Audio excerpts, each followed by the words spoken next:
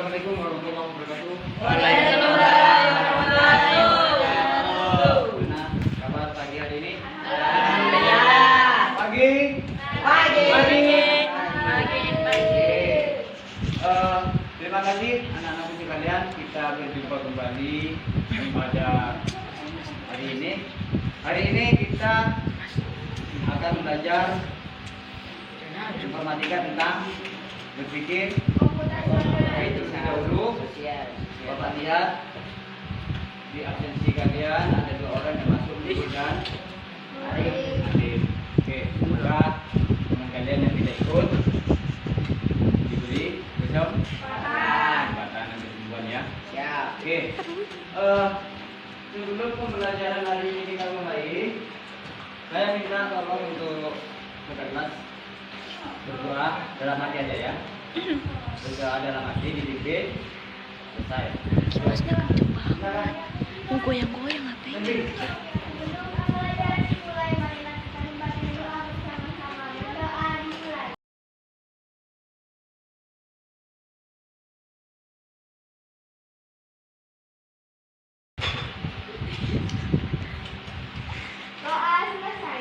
Terima kasih.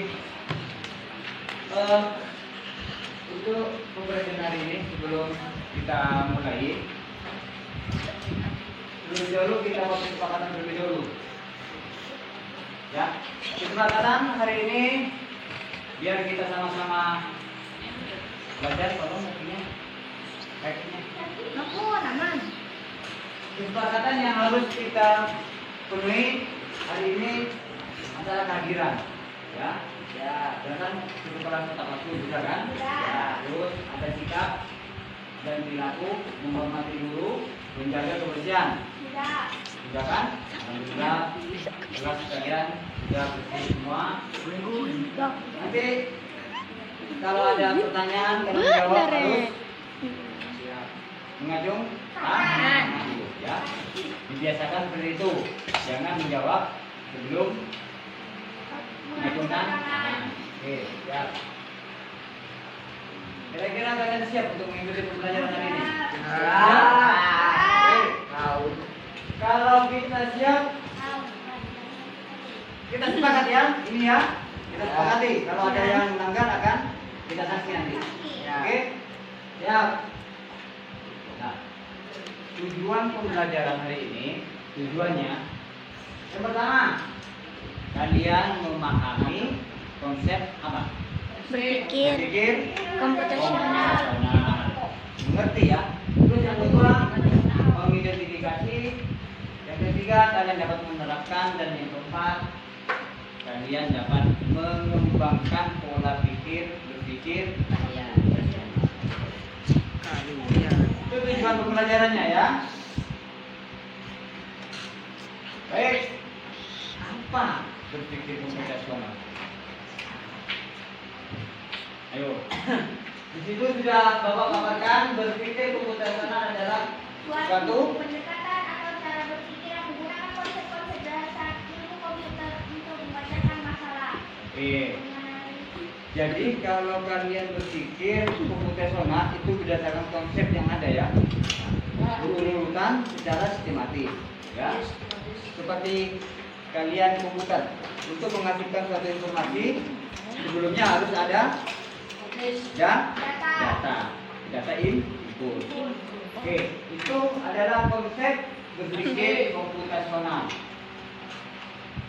Selanjutnya ada 4 pilar. Oke, Pak Didi tutup dulu. Ada 4 pilar berpikir komputasional. 1. Dekomposisi. Oke, yang kedua. Pengenalan pola. Terus. Abstraksi algoritma. Oke, berarti dari mana? Bermain saja sangat Oke, kecil. kita lihat yang pertama adalah dekomposisi. Yang kedua, Abstraksi. abstrak. Yang ketiga, pengenalan pola. Yang keempat, algoritma. Terus dari keempat pilar berpikir komputasional, yang pertama adalah dekomposisi, yaitu berpikir memecahkan masalah besar menjadi bagian kecil yang lebih mudah. Jadi permasalahan yang besar bagaimana cara kita mengonsep permasalahan itu menjadi lebih ringan ya. Oke, itu secara dekomposisi. Terus ada abstraksi. Abstraksi itu apa? Ini informasi yang penting. Memilih informasi sekiranya itu penting kita ambil, Yang tidak penting. Kita buang. abaikan. Oke, terus. Terus kata kunci. Ada 4 kata kunci. Dekomposisi apa? Yang pertama kata kuncinya memecahkan masalah. Yang kedua, pengenalan pola, mencari kesamaan. Contoh, berpikir komputasional dengan pengenalan pola. Contoh, tadi mencari kesamaan atau pola. Seperti misalnya kalian membuat daftar tiket, ya kan? Itu menggunakan Excel atau Word kan? Terus kalian mau membuat jadwal pelajaran, itu kan hampir sama bentuknya kan? Nah itu persamaan pola. Terus yang ketiga, abstraksi. Kata kuncinya adalah Fokus pada hal yang penting. fokus pada yang penting. Yang tidak penting Abaikan. kita abaikan. Baik. Terus yang keempat ada algoritma. Ya, ada algoritma. Algoritma itu adalah Membuat langkah-langkah yang jelas. langkah-langkahnya. Jadi dari Awal. dekomposisi terus kita jabarkan menjadi algoritma, kita rangkai ya suatu permasalahan, proses dari awal sampai akhir sehingga suatu permasalahan bisa kita pecah.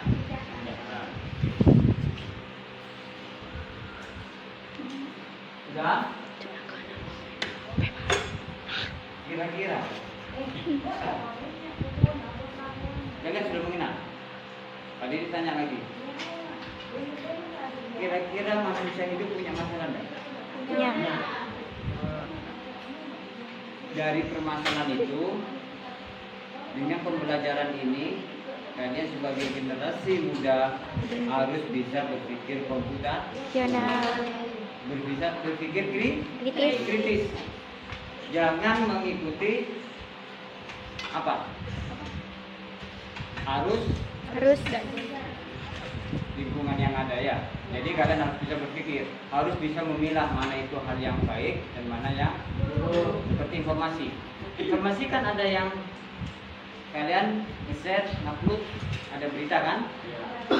Apakah langsung kalian share? Tidak. Kenapa? Informasinya, kita melihat informasinya itu betul atau tidak. Aslinya, maksudnya betul atau tidak di situ informasi itu bisa dipertanggungjawabkan atau tidak? Ya? Tidak. Sudah. Baik, untuk kalian sudah mengenal kan? Pengertian dari dekomposisi. Sekarang Pak Didi ingin kalian memecahkan suatu permasalahan. Kalian bentuk suatu kelompok. Tidak usah kelompok ya, masing-masing aja ya. Kalau masing-masing aja, nanti Pak Didi minta 1-2 orang presentasi ke depan, ya. Paham? Silakan kalian memecahkan suatu permasalahan tentang kegiatan pentas seni. Kayak kelas meeting, ya, silakan.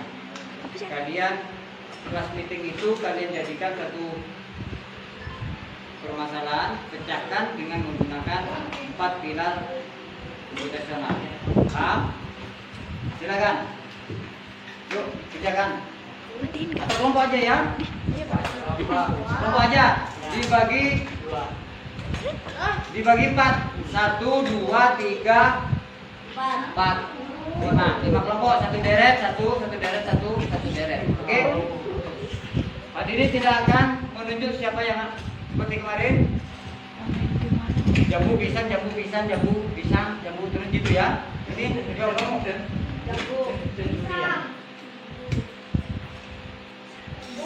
Pisang.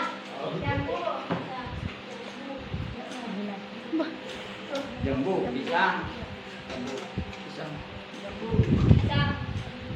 Oke. Baik, silakan. Jambu ke sini. Pisang ke sini. Bener jam Jambu. Sudah? Bener jam Oke. desa. Bisa kan? Iya, bisa sama sulit. Yuk, berdiri sini. Amin. Jambu sama pisang. Dulu ke jambu, Rek. Ya, oh, sudah. Sudah. Sudah. Oke.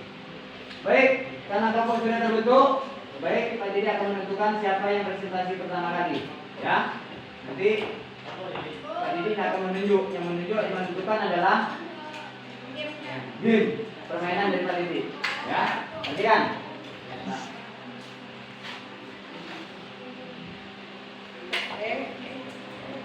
Duduk. Duduk. Baik, perhatikan.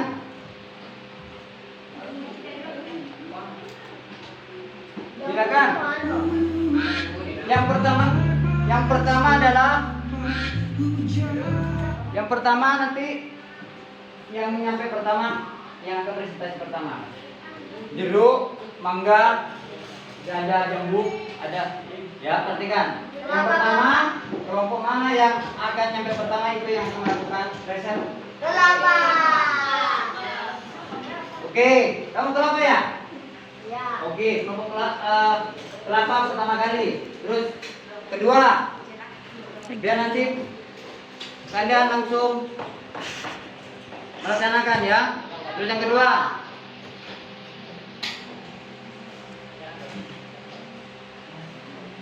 dipersiapkan kelapa untuk melakukan presentasinya.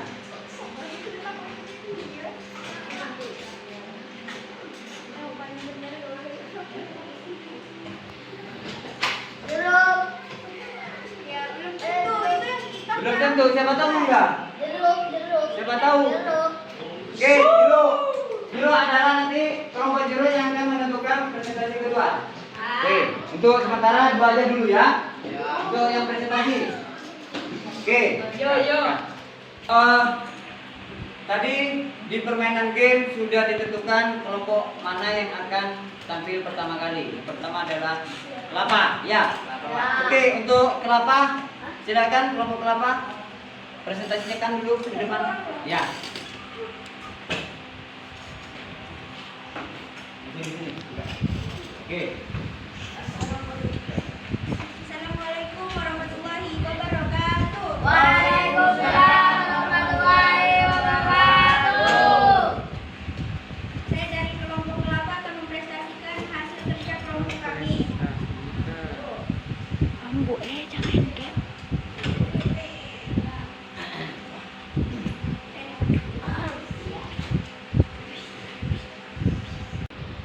Saya akan menjelaskan tentang cara berpikir komputasional.